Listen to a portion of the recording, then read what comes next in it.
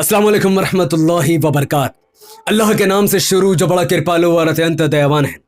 Lok Sabha election 2024 में दिख रही हार को मोदी जी पचा नहीं पा रहे हैं, इसीलिए नीच से नीच बयान वो दिए जा रहे हैं। ऐसा बयान जो किसी देश के पीएम पर शोभा नहीं देता। किसी देश का पीएम तो छोड़ो, किसी स्टेट का सीएम या किसी एमपी या फिर काउंसिलर भी ऐसा बयान नहीं देते जैसा बयान मोदी जी आने वाले वक्तों में दे रहे हैं। मुसलमानों के लिए कहना कि मुसलमान वोट जिहाद करेगा, किसके कहने पर? इंडिया गठबंधन और कांग्रेस के कहने पर। अभी मैं इसका जवाब देता हूं। उससे पहले मोदी जी के ऐसे नीचता वाले बयान की वजह से पूरी दुनिया में मोदी जी की खूब थूथू हुई है और साथ ही जो बाइडेन ने भी इंडिया का नाम खराब कर दिया। यानी मोदी जी की वजह से इंडिया की छवि विश्व में काफी खराब होती हुई दिख रही है। चूंकि लोकसभा इलेक्शन 2024 में मोदी जी को अपना हार नजर आ रहा है, जिसको देखते हुए मोदी जी ने एक खास बात कही। मोदी जी ने कहा कि जब तक मैं जिंदा हूं मुसलमानों को धर्म के आधार पर आरक्षण नहीं देने दूंगा। यह पीएम मोदी का बड़ा बयान है। कांग्रेस ने कभी भी नहीं कहा कि वो मुसलमानों को आरक्षण देंगे, जबकि 2014 से पहले कांग्रेस की ही सरकार थी। कांग्रेस की सरकार रहते हुए 2005 में सच्चर कमेटी और कुंडू कमेटी की रिपोर्ट की गई, जिसमें बताया गया कि मुसलमानों की हालत इस देश में ऐसी असहाय एवं दयनीय स्थिति में है जिसकी मिसाल इस दुनिया में और कहीं नहीं मिलती। मुसलमानों को स्कूल, कॉलेज, हॉस्पिटल की जरूरत है, मुसलमानों को आरक्षण की जरूरत है, क्योंकि मुसलमानों की हालत चमार से भी बदतर है, दलित से भी बदतर है। उसके बावजूद भी 10 साल कांग्रेस के सत्ता रहने के बावजूद भी कांग्रेस ने मुसलमानों को आरक्षण नहीं दिया। 2004 से लेकर 2014 तक कांग्रेस की सरकार थी, कांग्रेस का पीएम था, कांग्रेस का पूरा मंत्रिमंडल था, फिर भी किसी ने भी कुंडू और सच्चर कमेटी की रिपोर्ट पर ध्यान नहीं दिया और मुसलमानों को आरक्षण नहीं दिया। जब 2014 में मोदी की लहर आई तब भी मुसलमानों से कहा गया कांग्रेस द्वारा कि आप बीजेपी को हराने के लिए हमें वोट दो, हम आपको कुछ देने वाले नहीं है। और इस बार भी कांग्रेस के मैनिफेस्टो में मुसलमानों का नाम तक जिक्र नहीं है। कांग्रेस ने कभी नहीं कहा कि मुसलमानों को आरक्षण देंगे, और मुसलमानों तो छोड़ो, मुसलमान का लफ्ज तक कांग्रेस के मैनिफेस्टो में नहीं है। हो सकता है कि कभी इस देश का मुसलमान भूले भटके बीजेपी का साथ देने लग जाए तो बीजेपी आरक्षण दे भी दे, लेकिन कांग्रेस से यह उम्मीद करना यह अपने आप में बेवकूफी है, क्योंकि बीजेपी को अगर काफिर कहा जा सकता है तो फिर कांग्रेस मुनाफिक है, और मुनाफिक काफिर से बदतर होता है। यह एक एग्जाम्पल था, काफिर इनकार करने वाले, यह एक अलग इशू है। एक एग्जाम्पल है कि बीजेपी खुला दुश्मन है लेकिन कांग्रेस छुपा हुआ दुश्मन है। और मोदी जी का ऐसा कहना कि कांग्रेस मुसलमानों को दे देगी आरक्षण और वो ऐसा नहीं होने देंगे, भाई कांग्रेस ऐसा कुछ नहीं करने वाला है। मोदी जी ने कहा कि वोट जिहाद होने वाला है। फेज 1 और फेज 2 में तो वोट जिहाद नहीं हुआ। फेज 1 में मोदी जी की हार नजर आई, फेज 2 में भी मोदी जी की हार नजर आई। कोई एक्सपर्ट ये बोलने को तैयार नहीं है कि मोदी जी जीत रहा है, तो मोदी जी बौखला गए। अब कैसे 80 करोड़ हिंदुओं को एकजुट किया जाए मुसलमानों के खिलाफ? अब कह रहे हैं कि मुसलमान वोट जिहाद करेंगे।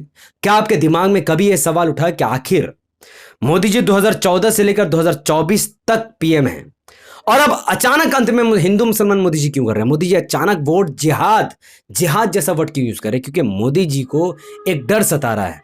वो डर क्या है? वो डर है कोरोना वायरस में हुई लोगों की मौत। जब कोरोना वायरस आया तब इस देश में इलेक्शन हो चुके थे, मोदी जी दूसरी बार पीएम बन चुके थे, लोग महामारी झेल रहे थे और लोग इंतजार कर रहे थे कि कब इलेक्शन आए और कब हम लॉकडाउन का बदला मोदी जी से लेंगे, कब हम ये नाकाबंदी का बदला मोदी जी से लेंगे। जिस तरीके से पुलिस मासूम लोगों की पिटाई कर रहे थे और मासूम लोग बिना किसी के मदद से एक शहर से दूसरा शहर पैदल दौरा कर रहे थे, तब लोग उस भुखमरी में मोदी जी के खिलाफ इंतजार कर रहे थे कि कब वो वक्त आएगा और कब हम मोदी जी को सबक सिखाएंगे। और अब रिपोर्ट ऐसी है कि WHO ने एक रिपोर्ट जारी करते हुए कहा है कि कोरोना वायरस जब इस भारत में जब आया था तब भारत में कुल 5,31,794 लोगों की मौत हो गई।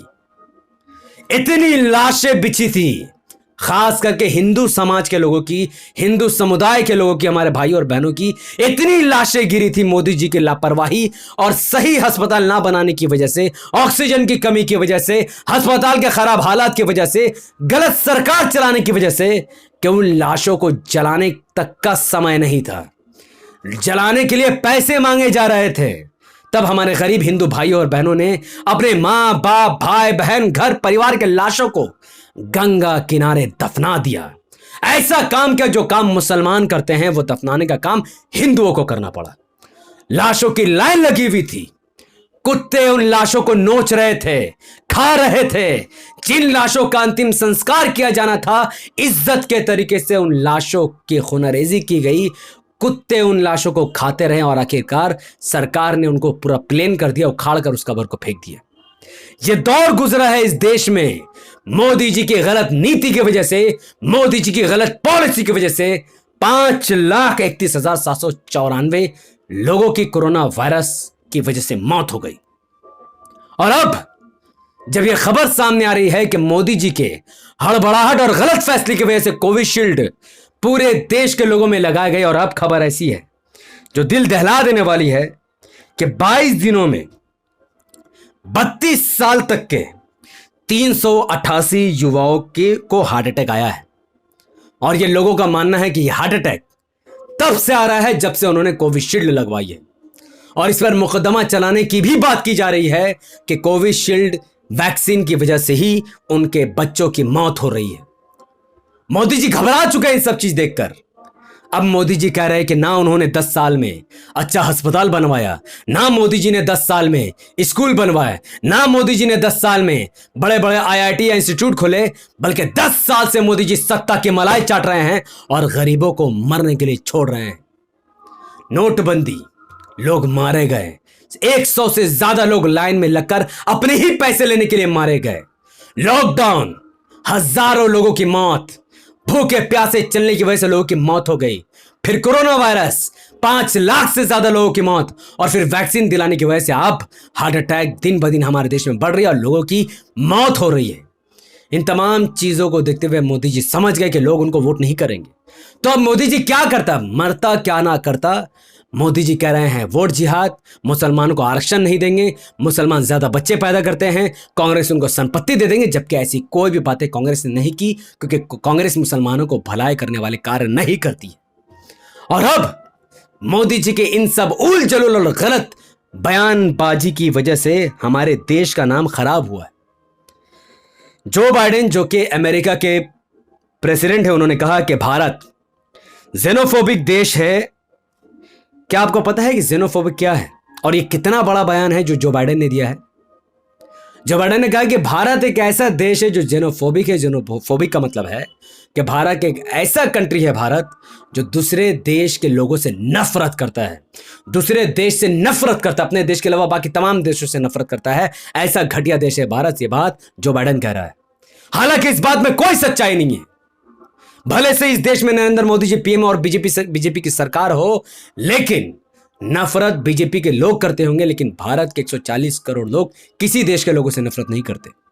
मुट्ठी बराबर लोग नफरत करते होंगे। विश्व हिंदू परिषद, बजरंग दल, RSS, बीजेपी, ये लोग दूसरे देशों के लोगों से धर्म के आधार पर नफरत करते होंगे, लेकिन भारत के 140 करोड़ लोग किसी से नफरत नहीं करते। तो मैं इस देश के हिंदुओं से एक आखिरी बात कहना चाहूंगा। अगर आपको लगता है कि इंडिया गठबंधन मुसलमानों के हित में काम करेगी और आपको उनको वोट नहीं करना चाहिए, तो याद रखिए, वो इंडिया गठबंधन जो मुसलमानों को टिकट नहीं देना चाहती, वो इंडिया गठबंधन जो मुस्लिम नेताओं को खड़ा नहीं देखना चाहती, उस इंडिया गठबंधन से आप उम्मीद मत कीजिए। बिहार में इंडिया गठबंधन से आरजेडी 23 सीटों पर चुनाव लड़ रही है, कांग्रेस 9 सीटों पर चुनाव लड़ रही है, 5 सीटों पर लेफ्ट यानी सीपीएम चुनाव लड़ रही है, और वीआईपी को उन्होंने 3 सीटों पर चुनाव लड़ने के लिए दिया है। और अब यकीन मानिए, इंडिया गठबंधन ने एमआईएम को एक भी सीट नहीं दी है, क्योंकि ये लोग मुसलमानों को नहीं देखना चाहते। बीजेपी से ज्यादा नफरत कांग्रेस मुसलमानों से करती है, और ये सच है। और आरजेडी ने जो 23 सीटों पर अपने उम्मीदवार उतारे हैं, इनमें सिर्फ 2 ही मुसलमान हैं, जबकि मुसलमानों की तादाद 10 से 15 एमपी सीट पर होनी चाहिए। जहां पर कांग्रेस ने 9 सीटों पर अपने उम्मीदवार उतारे, एक भी सीट पर मुसलमान नहीं है। तो आप क्या समझते हैं कि क्या बीजेपी सिर्फ मुसलमानों के दुश्मन है? नहीं, कांग्रेस उससे बड़ी दुश्मन है। अगर आपको मुसलमानों से नफरत है तो बीजेपी की नहीं, बल्कि कांग्रेस को वोट दो। कांग्रेस जितना मुसलमानों को नुकसान पहुंचा सकती है, उतना बीजेपी नहीं पहुंचा सकती है। तो ये मोदी जी का धोखा है जो कह रहे हैं कि इंडिया गठबंधन मुसलमानों के लिए बहुत बड़ा काम करने वाले, मुसलमान को रिजर्वेशन कुछ नहीं मिलने वाला है। बीजेपी की सरकार रहे या ना रहे, कांग्रेस की सरकार बने या ना बने, चाहे से पीएम मोदी के सेवक को और बन जाए, मुसलमानों को कोई फायदा नहीं होने वाला, जब तक कि ओवैसी साहब इस देश में ताकतवर नहीं बन जाते। ओवैसी साहब एक मजबूत नेता नहीं बन जाते, उनके पास 50-60 संसद नहीं बन जाते, तब तक मुसलमानों को इस देश में कोई पूछने वाला नहीं है। अब वैसे जो कोई भी मेरी बातों से सहमति रखता हो वो इस वीडियो को शेयर करे, लाइक करे, कमेंट पर करे कि आपको क्या लगता है कि क्या आप मेरी बातों से सहमत हैं। क्या कांग्रेस मुसलमानों को आरक्षण देगी? क्या मोदी जी झूठ कह रहे हैं और इस देश के बदनामी की जिम्मेदारी क्या मोदी जी को लेनी चाहिए? क्या इस देश की जनता मोदी जी को इस बार सबक सिखाएगी? अपनी बात कमेंट पर जरूर रखिए। हमारे यूट्यूब चैनल द पॉलिटिकल को सब्सक्राइब कीजिए, बेल को हिट कीजिए। बहुत बहुत शुक्रिया। अस्सलाम वालेकुम वरहमतुल्लाहि वबरकातुहू।